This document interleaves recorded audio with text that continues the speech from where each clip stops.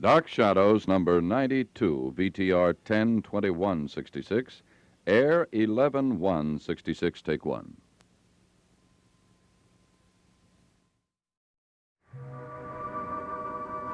My name is Victoria Winters. For the first time since I have come to live at Collinwood, I am away from the gloomy mansion I now call home, waiting to see a man who may be able to help me in my search for my identity.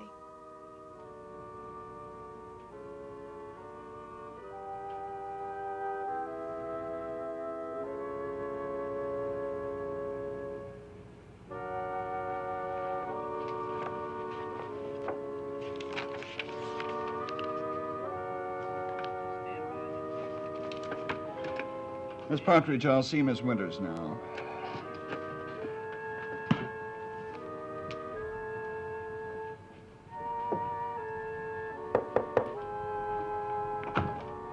Well, Miss Winters, welcome to Bangor. This is an unexpected pleasure.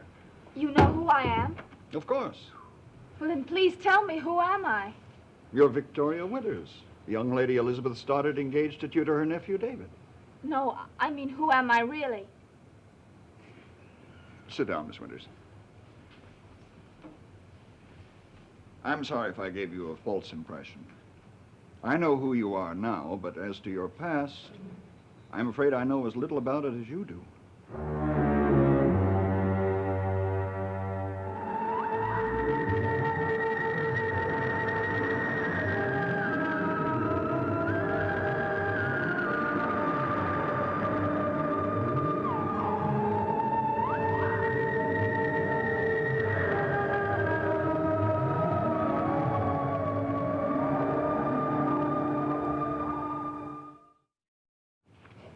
Miss Winters, I meant only that Mrs. Stoddard has spoken to me about you a number of times.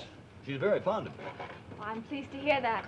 Now, exactly what brings you to my office? Well, I expect you know that I was brought up in a foundling home in New York. Yes. To save you from having to repeat it, I'll say that I believe that I know everything about you that Mrs. Stoddard does. I wonder. You wonder what? Well, sometimes I get the feeling that Mrs. Stoddard knows more about me than she admits to. You mean that she's keeping something from you? It's just a feeling. Well, why should she do anything like that? I don't know. I'm probably making the whole thing up. But, well, suppose that my father turned out to be a convicted murderer or insane. Oh, you're borrowing trouble that doesn't exist. Well, you asked for a motive, and there's a perfectly good one. You said yourself she was fond of me.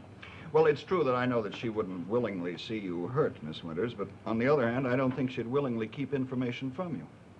You're entitled to all and any information that you want. That is, of course, providing I can supply it. Well, I wanted to show you this. Where did you get this? I found it in Collinwood. I see. It has your firm's name on it. Yes, it's one of our old ledger sheets, obviously. Will you tell me why it interests you? Well, there is a name on it. Right there. B. Hanscom. Well, this is a very old ledger sheet. Was it in a book? No, it was in a pile of papers in a box. Well, did you notice if the box had a date on it? I'm afraid I didn't. Well, it would have helped. Well, do you know her name? Her name? Yes, I know that at one point there was a girl named Betty Hanscom who lived in Collinsport. Well, in that case, I'm afraid I can't be of any help after all. The only Hanscom I can remember was the Collins butler. The butler? Oh, you mustn't think that Collinwood was always the way it is now. There was a time when it took a large staff to run the place. Well, do you remember his name? You know, I haven't the vaguest notion. He was just always called Hanscom. Well, it began with a B.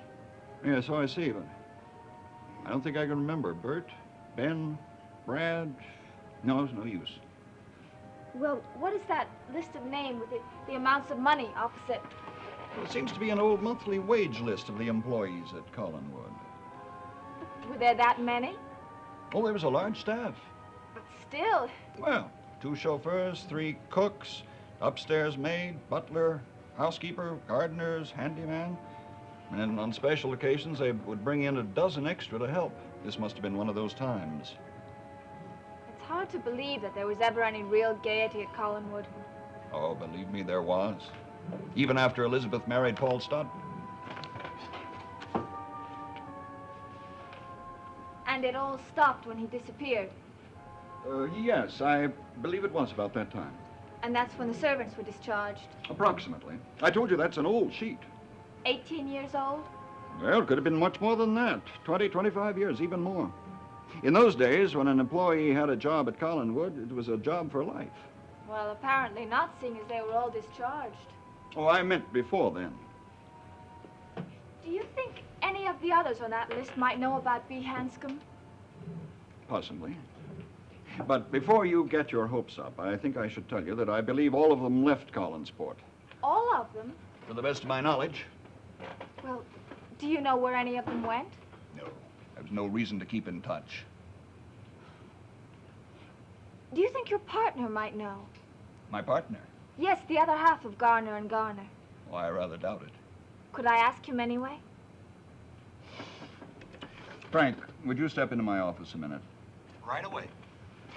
You seem to indicate that all was not well at Collinwood. Well, you heard about Mr. Malloy's death. Yes, that's very sad. He was a fine man. How's Elizabeth taking it? Well, she was very upset, but I think that she's accepted the fact it was an accident.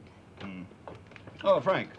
Miss Winters, this is my son, Frank, the other half of Garner Hello. and Garner. Miss Winters comes to us from Collinwood, where she teaches young David. Well, if there'd been teachers like Miss Winters when I went to school, I might still be there. Thank you very much. Well, of course he couldn't know anything about About a it. ledger that's 20 to 30 years old? Hardly. But it did say Garner and Garner. Oh, well, at that time, the other half is my brother. He died 5 years ago. Well, is there anything I can do to help? I'm afraid there isn't anything anyone can do. Try me.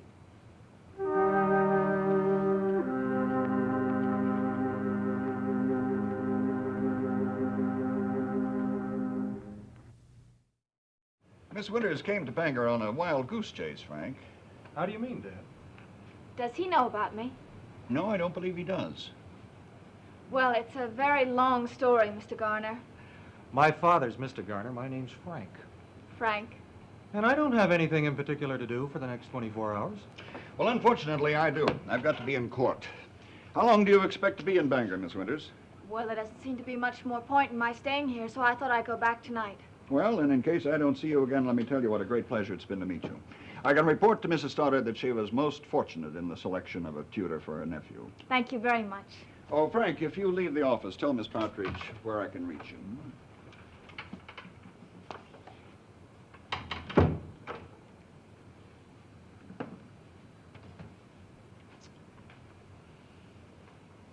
Now, what's all the mystery? Well, it's very complicated. Okay. Would you care to tell me about it? Well, it's about this sheet I found in Collinwood.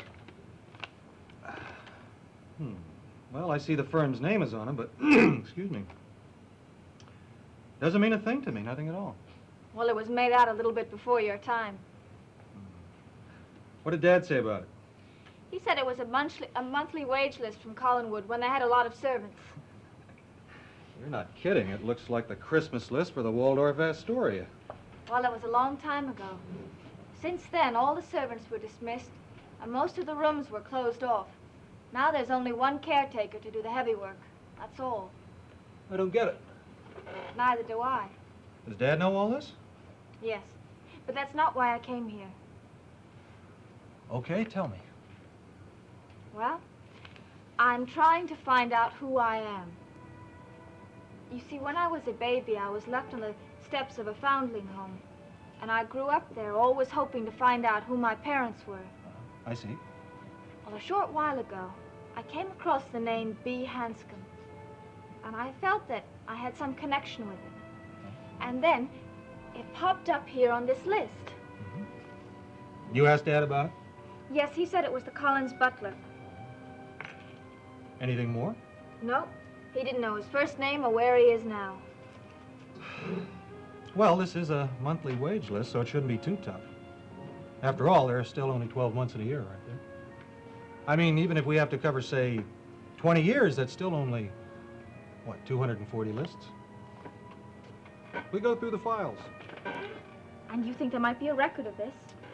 The firm of Garner and Garner never throws anything away. But how'd you know you'd have something like that? Well, this is a copy, so we must have the original stashed around here someplace. And it might tell you something more. Well, what you want to do is find out where B. Hanscom is, right? Yes.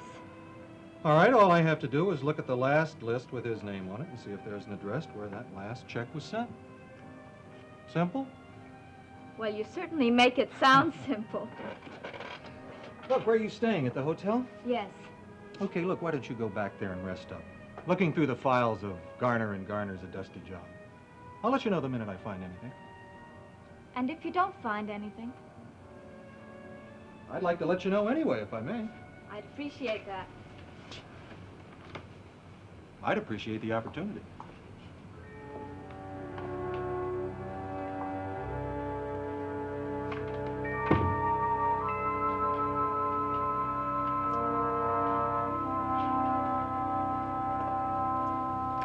Miss Partridge, call Emil Jones. Tell him I'm going to be tied up for lunch. And listen, see if you can't get the rest of the afternoon clear for me, too.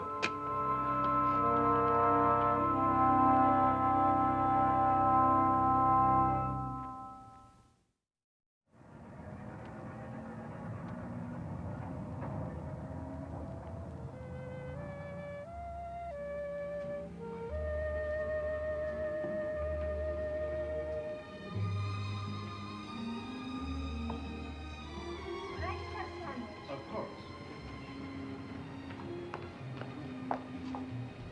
Thank you. I think I'll have a grilled cheese sandwich and a cup of coffee. Certainly.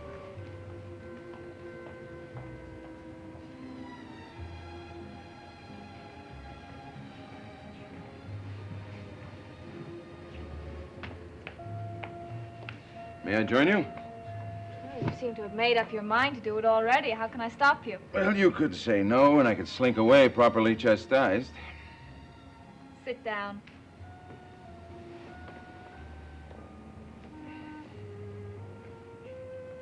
No luck, huh? What do you mean? Well, you told me you were coming to Bangor hoping to find some clue to your true identity. Either you had no luck in finding it, or else you found it and you don't like what you found.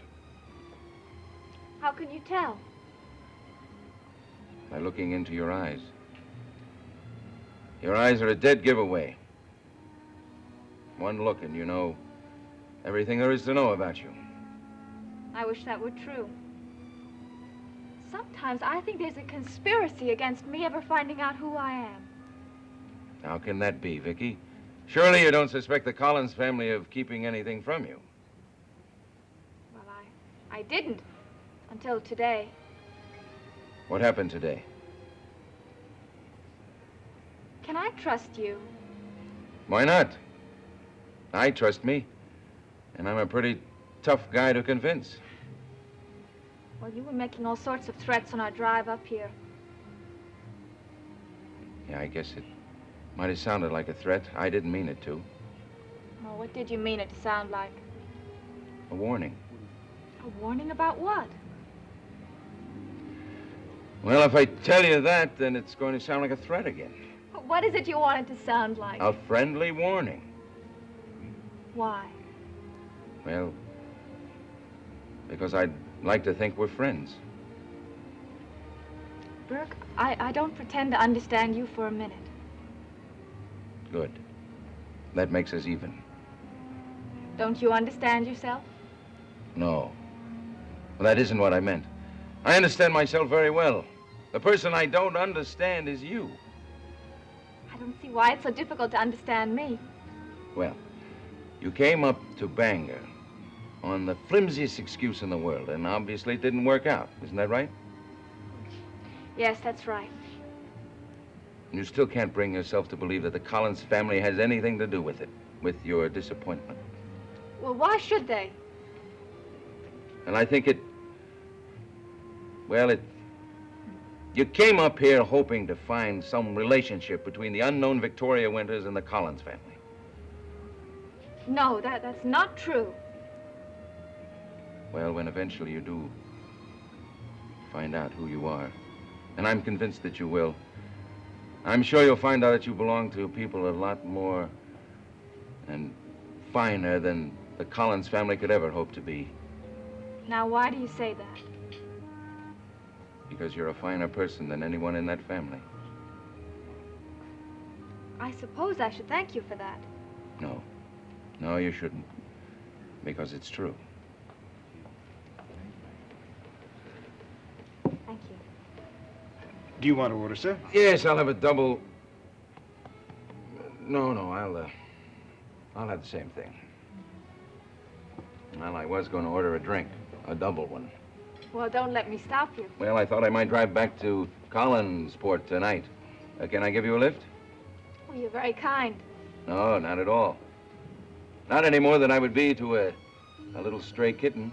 Because that's what you remind me of, a little stray kitten who can't find out who her mother and father might be. But there's one big difference. What's that? Well, a kitten usually doesn't care. Is it so terrible that I care? No, it's not. And Vicky, no matter how I sound, I care too.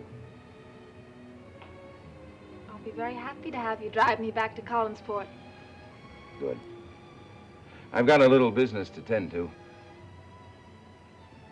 I'll come and get you later. Where will you be? Here at the hotel? I have no place else to go.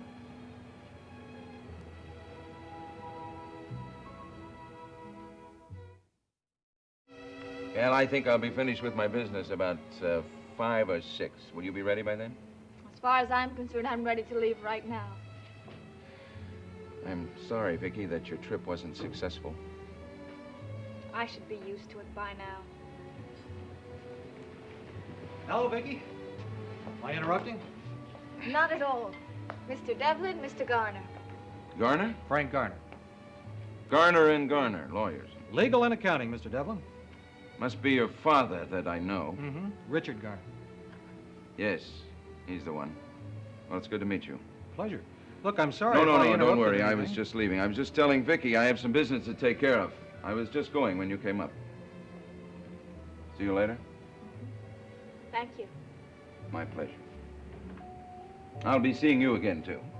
I hope you like grilled cheese sandwiches.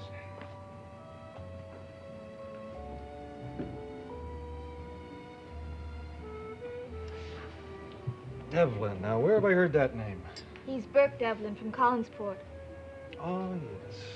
He is not exactly on friendly terms with Roger Collins and Mrs. Stoddard. Yeah, I know the story. But that was 10 years ago.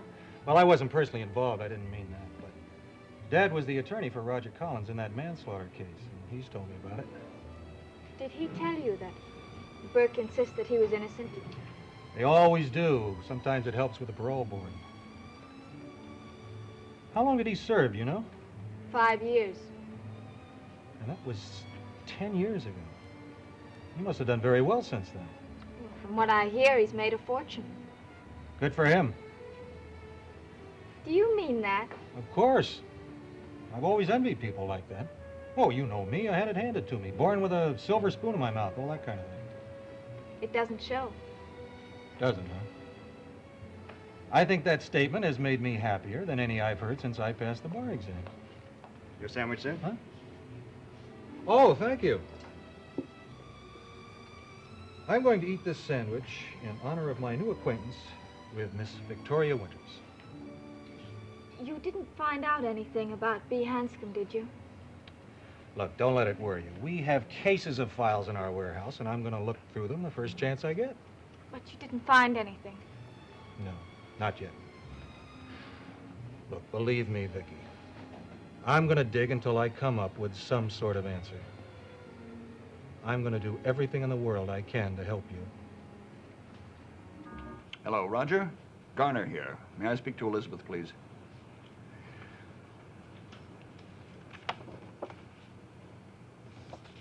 Elizabeth, I've been tied up in court all day, or I would have called you earlier.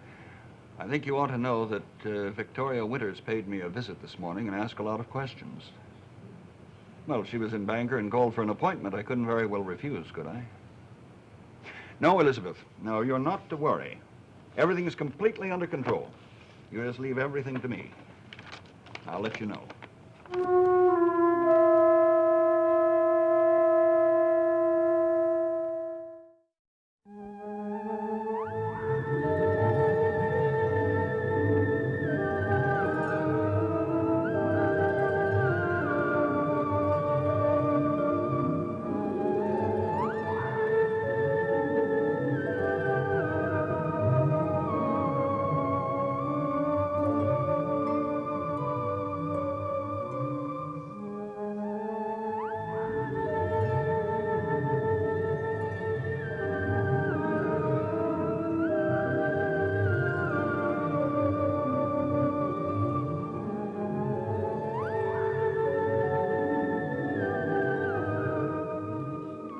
Enjoy the high comedy of Love on a Rooftop in color tonight at 9:30, 8:30 Central Time here on ABC.